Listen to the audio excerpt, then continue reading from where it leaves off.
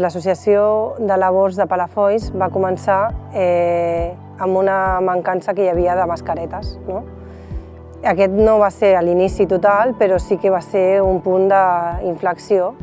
Vam demanar al nostre ajuntament que ens proporcionés ajuda per col·laborar amb els hospitals i amb tota la mancança que hi havia de mascaretes. Jo sabia que altres pobles ja ho estaven fent, llavors em vaig posar en contacte amb el meu ajuntament i ens van proporcionar la roba. Tot va anar molt ràpid, va anar tot amb xarxes socials, avui en dia tot és molt ràpid, es va començar a apuntar molta gent i vam començar a fer mascaretes per tota la població. Primer vam començar pels pobles, sobretot per les botigues i tot això, que era necessari, perquè ni els botiguers que, sobretot amb alimentació, teníem obert, que jo treballo en alimentació, quasi bé tot el dia, som els primers que vam tenir mancança de mascaretes, tot era molt ràpid. I llavors, mica en mica, això va crear en mi un cuc, perquè jo ja tenia aquell cuc que a mi m'agrada molt cosir, jo tinc unes companyes que ens agrada molt cosir i necessitàvem un local. I quan tot va anar-se calmant una mica, que ja tot estava més o menys a puesto, vaig també sol·licitar, perquè soc molt ambiciosa,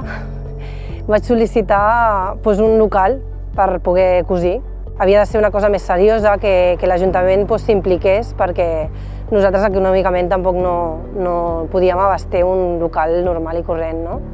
Llavors ens vam posar en contacte amb l'Ajuntament, l'Ajuntament ens va guiar per com fundar una associació. Jo no tenia ni idea de tot el que s'havia de fer i una noia de l'Ajuntament que es diu Mari em va guiar amb tot aquest tema.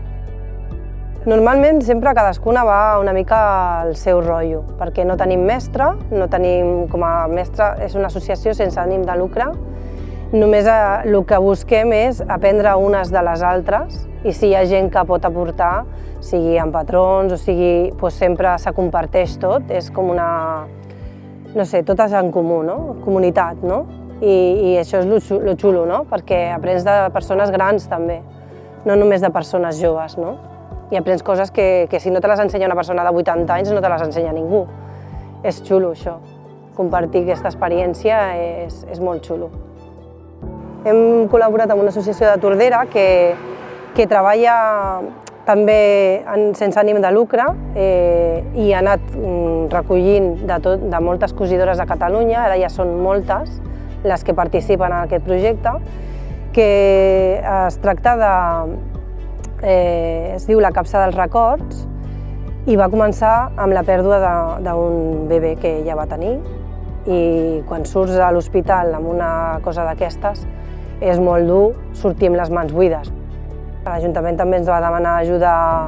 de col·laboració amb